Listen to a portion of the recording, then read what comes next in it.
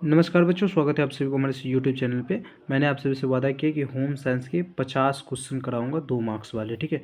तो पिछले 2 वीडियो में मैंने 20 प्रश्न करा दिए और आज की इस वीडियो में 10 प्रश्न कराऊंगा, जिससे 30 प्रश्न हो जाएगा। उसके बाद 2 वीडियो और लाऊंगा, जिससे मैं पूरा 50 का 50 प्रश्न करवा दूंगा, ठीक है। तो बहुत ही टॉप लेवल का क्लास होम साइंस से ले रहा हूँ, 2 मार्क्स वाला। तो आप लोग है ना, अगर पिछला वीडियो नहीं देखे तो देख लीजिएगा, या आने वाले वीडियो भी आप सभी को वॉच करनी चाहिए, क्योंकि इसमें हर एक वीडियो में 10-10 प्रश्न बता रहा हूँ, जो कि काफ़ी ही टॉप लेवल का प्रश्न है। पिछले वीडियो में ये अस्थायी दांत और अस्थायी दांत, धब्बा और भी बहुत सारे प्रश्न पे मैंने चर्चा किया था, जो कि ऊपर वाला प्रश्न सब था, ठीक है। तो यदि आप सभी ये नोट्स नहीं लिए तो ले सकते हैं नोट्स भी। आप सभी को पता है ये हमारा टॉपर हॉट गेस्ट नोट्स है, जिसमें ऑब्जेक्टिव सब्जेक्टिव सारा कवर किया गया। उसके बाद जितने भी बुक के मतलब आपके होम साइंस के जितने भी चैप्टर, उससे जितने भी इंपॉर्टेंट टॉपिक्स है, वो सारे टॉपिक्स भी इसमें कवर किया गया। तो यदि नोट्स नहीं ले तो इस नोट्स को भी आप सभी ले सकते हैं हमारे नंबर पर संपर्क करके, और आपको ये नोट्स बहुत ही सस्ता में मिल रहा है, ठीक है।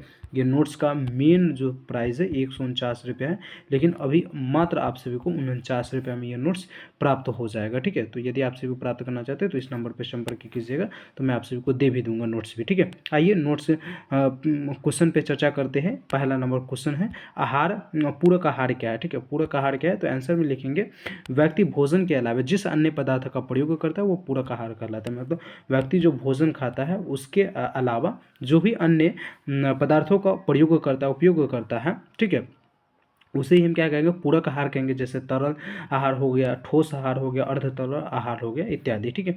आगे बढ़ते हैं और यहाँ पे देखिए 51 नंबर प्रश्न, ये भी टॉप लेवल का प्रश्न है। ये प्रश्न आपके लिए 5 नंबर में भी पूछा जा सकता है, और 5 नंबर में कैसे पूछेगा ये मैं बता दे रहा हूँ, लेकिन ये यहाँ पे 2 नंबर में पूछा है तो 2 नंबर का आंसर लिखा हुआ है। ये प्रश्न 5 नंबर में पूछेगा तो लिखेगा व्यक्ति के जीवन की विभिन्न अवस्थाओं का उल्लेख कीजिए, ठीक है। तो इसमें आपको सारे अवस्थाओं के बारे में एक एक करके परिभाषित करना पड़ेगा, उसके बारे में बहुत ही विस्तार पूर्वक से आपको बताना पड़ेगा। लेकिन ये 2 मार्क्स में पूछा है, तो 2 मार्क्स में पूछा है तो इसका आंसर क्या लिखेंगे कि व्यक्ति के जीवन की विभिन्न अवस्था निम्न है या निम्नलिखित है, और एक में लिखेंगे गर्भावस्था, जब बच्चे अपने माँ के पेट के अंदर रहते हैं। उसके बाद सहसावस्था, जब बच्चा पैदा होता है तो उसका सहसावस्था रहता है। फिर बाल्यावस्था आता है बच्चों का, फिर किशोरावस्था आता है। ये इसी किशोरावस्था में हम लोगों के शरीर में बहुत सारे परिवर्तन देखने को मिलता है, जैसे लड़कियों के स्तन में वृद्धि होना, लड़कों को गाल में दाढ़ी आना, लड़की की आवाज़ पतला होना, लड़का का आवाज़ भारी होना, ये सब किशोरावस्था में ही परिवर्तन देखने को मिलता है। लड़की को मासिक धर्म स्टार्ट हो जाना, ठीक है। प्रौढ़ावस्था, ठीक है, एक प्रौढ़ावस्था होता है, उसके बाद वृद्धावस्था, मतलब हम लोग बूढ़े हो जाते हैं, बूढ़े से पहले प्रौढ़ावस्था होता है, ठीक है। तो ये टोटल अवस्था पूछे तो आप सभी याद रखो कि टोटल अवस्था में 3 3 6 अवस्था होते हैं, ठीक है। ये भी आप सभी को याद रखने योग्य प्रश्न है। आगे बढ़ते हैं, विज्ञापन और प्रचार होने से लाभ को लिखें। मतलब विज्ञापन और प्रचार जब हम करते हैं तो इससे क्या लाभ होता है। आप लोग कई बार देखे होंगे, हम मेरे जो फेसबुक अकाउंट है उससे क्या है, तो मतलब नोट्स के लिए प्रचार लगाए जाते हैं। तो आप लोग क्या करते हैं, उस नंबर पे व्हाट्सएप पे, या नंबर दिया रहता है तो व्हाट्सएप पे, या वेबसाइट दिया रहता है तो उस पर जाकर नोट्स परचेज करते हैं, या हमसे संपर्क करते हैं कि सर हम आपसे नोट्स कैसे ले सकते हैं। या आप लोग देखे होंगे कि जैसे यूट्यूब वीडियो खोले और किसी चीज़ का प्रचार आ गया, तो वो क्या प्रचार कर रहा है, मतलब वो किसी इंडिविजुअल आदमी के द्वारा ही वो प्रचार लगाया जाता है। मतलब हम जैसे लोग ही प्रचार लगाते हैं, ठीक है, अपने कोई कंपनी का प्रचार करने के लिए, तो कोई अपने बिजनेस का प्रचार करने के लिए, तो कोई अपना कोर्स बेचने के लिए, कोई अपना नोट्स बेचने के लिए। तो वही होता है विज्ञापन और प्रचार, ठीक है। और इसके लाभ क्या होते हैं, तो लिखेंगे विज्ञापन से होने वाले प्रमुख लाभ, जनता को तत्काल सूचना मिलती है। मतलब जनता को तत्काल मतलब आम लोगों को, जैसे मैंने जैसे क्लास 12 के आर्ट्स का टॉपर हॉट गेस्ट नोट्स बनाया हूँ, ठीक है। और इस नोट्स के बारे में अगर आप आर्ट्स लिए तो लगभग बिहार के सारे बच्चे जानते हैं कि मैं पढ़ूंगा कहीं से नोट्स तो बीएसवी कैरियर का जरूर लूँगा, क्योंकि पता है सबको कि बीएसवी कैरियर का आर्ट्स का नोट सबसे नंबर 1 नोट्स होता है। और ये मैं नहीं कहता, बिहार के बहुत सारे टीचर जो ऑफलाइन में पढ़ाते वो कहते हैं, और जब बच्चे लेकर पढ़ते हैं तो वो कहते हैं, ठीक है।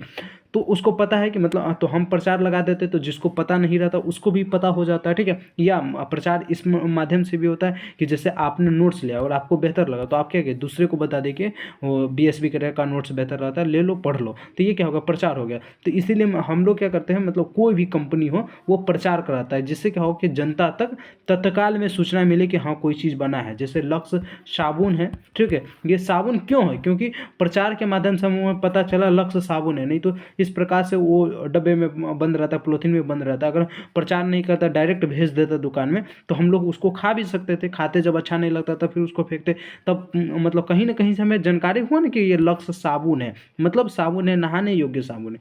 तो ये क्या होता है कि जब भी हम प्रचार करते हैं तो इससे हम अपने सामान के बारे में बताते हैं, ये सामान हमारे इस योग्य है, और इससे क्या होता है कि अधिक से अधिक जनता तक कोई भी सूचना पहुंच जाता है। ध्यान आकर्षण का सुगम माध्यम है, मतलब किसी को ध्यान आकर्षित कर लेते हैं। जैसे बहुत सारे प्रचार होते रहते हैं ना, तो उसमें जैसे आप लोग देखे होंगे टीवी पे एक प्रचार चलता था कि पेट सफा तो हर रोग दफा। मतलब उसमें क्या है, तो मतलब कहते हैं ये गोटी खाओ तो इससे क्या होगा कि पेट सफा रहेगा, और पेट सफा रहेगा तो हर रोग दफा हो जाएगा, मतलब खत्म हो जाएगा। जैसे मैं ही प्रचार करता हूँ, मैं अपना ही उदाहरण दे रहा हूँ, तो मैं प्रचार करता हूँ तो मैं गारंटी देता हूँ कि अगर आप हमारे आर्ट्स का नोट्स लेते हैं तो हर एक सब्जेक्ट में 90 से अधिक मार्क्स लाने की मैं गारंटी देता हूँ। तो ये क्या, मैं आकर्षण कर रहा हूँ कि आप मतलब जो बच्चे समझदार होंगे वो, और जो न समझदार होंगे वो भी कहेंगे यार कैसा नोट्स है, कि मतलब इतना गारंटी दे रहा है कि 90 से अधिक नंबर आ जाएगा। मतलब 90 से अधिक नंबर समझ लो ना, 450 से प्लस नंबर आप लोग पूरे बोर्ड एग्जाम में ला सकते हो। तो इतना मतलब तब आकर्षण हुआ, तो आकर्षक होकर क्या, कोई बच्चे ले लेते हैं नोट्स, और जैसे ही नोट्स लेते हैं तो क्या जो पढ़ेंगे वो 450 नंबर भी ला सकते, इससे कम नंबर भी ला सकते, जो नहीं पढ़ेंगे वो फिर नहीं लाएंगे। तो ये क्या, लोगों का ध्यान आकर्षण करने का एक माध्यम भी है, और विक्रय की वृद्धि मतलब बेचने का एक अच्छा तरीका भी है प्रचार, और पहचान में भी वृद्धि होता है, मतलब पहचान भी होता है इससे, और सामान्य लोग भी इसका लाभ उठा पाते हैं। तो इस प्रकार से विज्ञान और प्रचार से होने वाले लाभ को आप लिख सकते हैं, बता सकते हैं।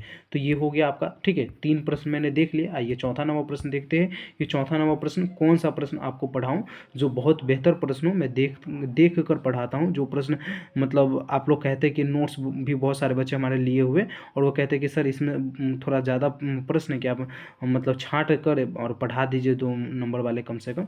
तो मैं कहता हूँ चलो भाई, सबको मतलब सहूलियत भी हो जाएगा, और जो हमारे बच्चे हैं उसको भी सहूलियत हो जाएगा। तो आइए यहाँ पर देखिए, विकलांगता क्या है, ये टॉप लेवल का प्रश्न है, ठीक है। विकलांगता क्या है, लिखेंगे कि किसी क्षति या अक्षमता के कारण व्यक्ति जब किसी कार्य को नहीं कर पाता है तो उसे ही विकलांगता कहते हैं। किसी क्षति या अक्षमता के कारण, मतलब हो सकता है किसी क्षति के कारण, मतलब जैसे ट्रेन में कोई चढ़ा और ट्रेन में चढ़ते समय मतलब कुछ ऐसी घटना घट गया जिससे उसका पैर कट गया, तो ये क्या हो गया, किसी क्षति के कारण। या कि अक्षमता, मतलब वो उस चीज़ को करने में अब अक्षमता नहीं है, मतलब पैर कट गया तो मतलब वो चल नहीं ना सकता, तो वो अक्षम हो गया। कोई कभी कभी प्राकृति के द्वारा ही, जैसे कोई अंधा पैदा होता है तो क्या वो मतलब वो अक्षमता है, मतलब देख नहीं सकता है, तो इसी को हम क्या कहते हैं, विकलांगता कहते हैं। यह जन्मजात या किसी दुर्घटना के कारण हो सकता है। देखिए यहाँ पर लिखा भी है कि यह जो है विकलांगता है, यह जन्मजात हो सकता है, मतलब जब आप जन्म लिए तो जन्म से ही हो सकता है, या किसी दुर्घटना के कारण विकलांगता हो जाता है। तो ये इस प्रकार से आपसे इसका आंसर लिख सकते हैं। ये चौथा नंबर प्रश्न हो गया इस वीडियो का, ठीक है।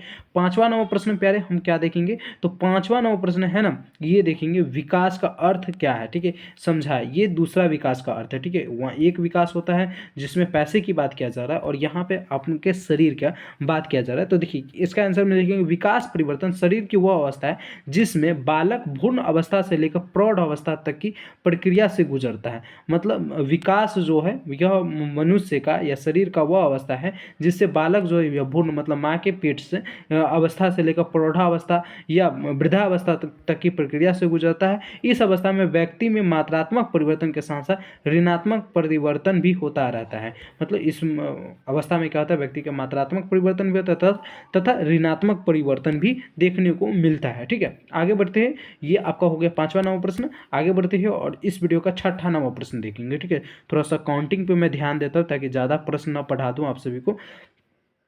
तो देखिए आगे बढ़ती है, और यहाँ पर देखिए कह रहा है कि टीकाकरण के अभियान के तहत कौन कौन से टीका दिया जा रहा है। ये टॉप लेवल का प्रश्न है, आप लोग याद रखिएगा, ये सारे टीका दिया जाता है, ठीक है।